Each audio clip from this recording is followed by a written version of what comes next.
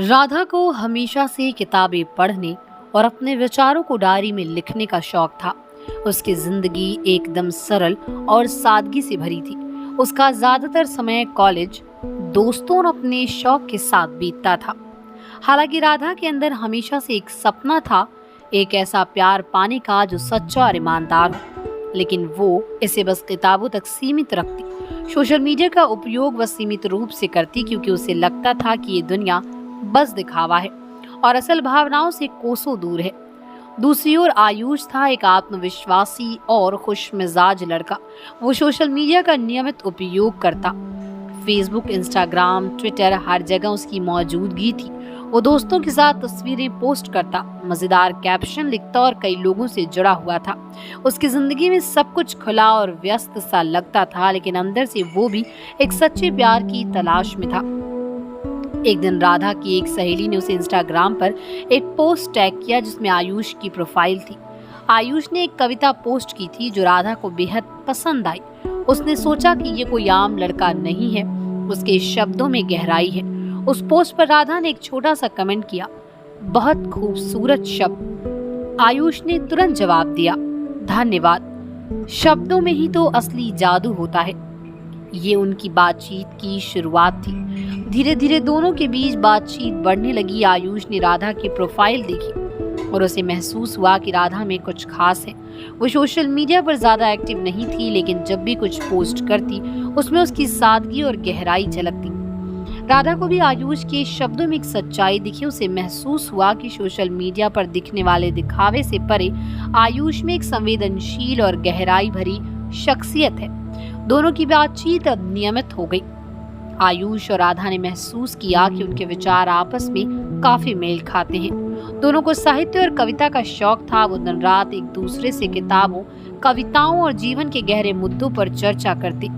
आयुष को राधा की सोच और उसकी सादगी बेहद आकर्षक लगी। वहीं राधा को आयुष की स्पष्टवादिता और उसकी दुनिया के प्रति एक गहरी समझ बहुत पसंद आई।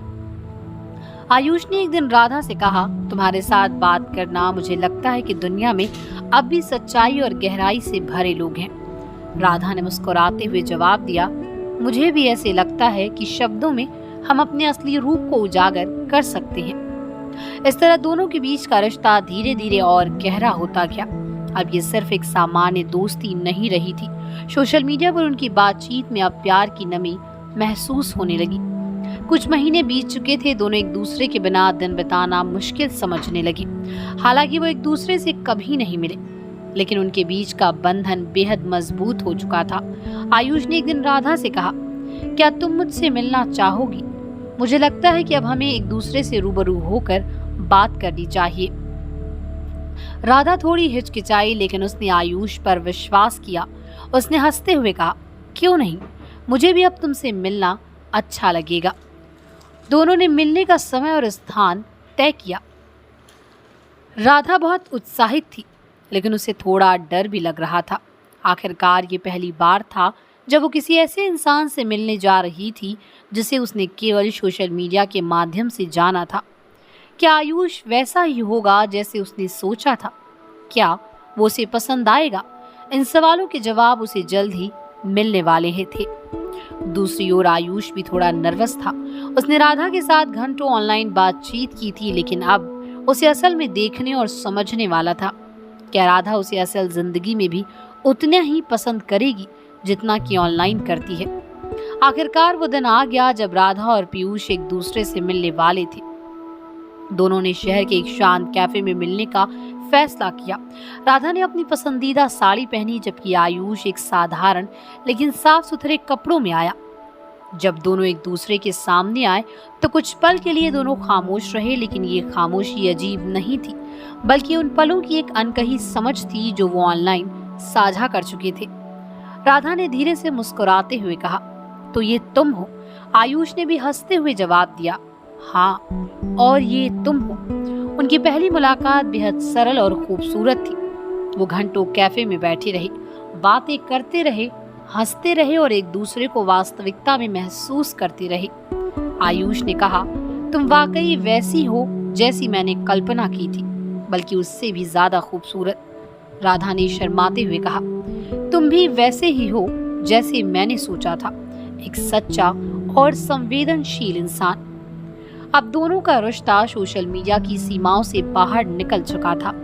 आयुष और राधा अब नियमित रूप से मिलने लगे। वो एक दूसरे के साथ समय बिताते, साहित्य और कला के बारे में बात करते और अपने सपनों और भावनाओं को एक दूसरे के साथ साझा करते। धीरे धीरे उनका रिश्ता प्यार में बदल गया। आयुष ने एक दिन राधा से कहा, मुझे नहीं पता था कि सोशल मीडिया पर शुरू हुआ एक साधारण सा रिश्ता इतना गहरा और सच्चा बन जाएगा। राधा ने मुस्कुराते हुए जवाब दिया, शायद यही असली प्यार की खूबसूरती है कि किसी भी रूप में आ सकती है, कहीं भी शुरू हो सकती है। राधा और आयुष की कहानी ने ये साबित कर दिया कि सोशल मीडिया पर शुरू हुआ प्यार भी सच्चा और गहरा हो सकता है, अगर उसमें ईमानदारी और विश्वास हो। उनकी जिंदगी की ये यात्रा अब नई ऊंचाइयों की ओर बढ़ रही थी। दोनों ने अपने रिश्ते को परिवार के सामने उजागर किया और उनका प्यार धीरे धीरे शादी में बदलने वाला था। ये कहानी केवल सोशल मीडिया के प्यार की नहीं है, बल्कि ये उस भरोसे और ईमानदारी की कहानी है जो किसी भी रिश्ते को मजबूत और सच्चा बनाती है। राधा और आयुष का प्यार इस बात का सबूत है कि सोशल मीडिया के इस दौर में भी सच्चे प्यार की संभावना बनी रहती है। बस हमें सही इंसान और सही भावनाओं की पहचान करनी होती है।